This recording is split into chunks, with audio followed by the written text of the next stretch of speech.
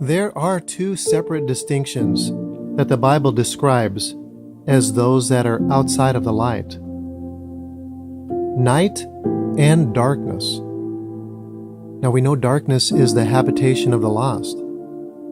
But do you know who it is that is in the night? Who are they? 1 Thessalonians 5:4. It confirms that the return of Christ, or the day that comes, will steal away their peace and security. But it says, "You are not in darkness, that that day should overtake you as a thief. But do the night and those that exist in it know where they are sleeping." You never know your conditions until light is brought in. 1 Thessalonians 5:6. "Therefore let us not sleep, as do others, but let us walk and be sober." Those of the night are not lost, but willfully disobedient to instruction. Their saving faith was to be with eyes wide open, and they were to be watchful. They are described not as the lost, but as others, in a category all to themselves. Those that are not right-minded with the Father. There is no difference.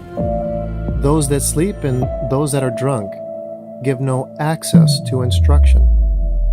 1 Thessalonians 5:7. "For they that sleep in the night, and they that be drunken, are drunk both in the night." Jesus describes the condition of those of the night. John 9:4. "I must work the works of him that sent me, while it is day. The night comes when no man can work." Well, those of the night produce no works. They are empty-handed. 1 Thessalonians 5:5 says, "You are children of the light, and children of the day. We are not of the night, nor of darkness." Again, a separate distinction. Those of the night and those of darkness. You would think it's the same, but it is not. Darkness cannot produce work. Night refuses to produce work. It is disobedience. Children of the day walk, and they walk in the light, so they cannot be deceived. In John 11:9, "Now Jesus answered, If any man walks in the day, he won't stumble, because he sees the light of this world." Now remember, 1 John 1:7 says, "If we walk in the light, as he is the light, then we have fellowship." But those of the night have stumbled. They are out of fellowship. They don't hear the Father, and he does not hear them. The next verse, in verse 8, describes this lack of light. It says, "If we say we have no sin, we've only deceived ourselves." Those that are of the night are deceived, not by darkness, but deceived of themselves. In sleep, you are in the night, or out of the light. It's a perpetual time without work. You're out of fellowship, and have been deceived into believing that you are sinless. Remember, drunk or asleep, there is no instruction or access to the mind. That means no conviction.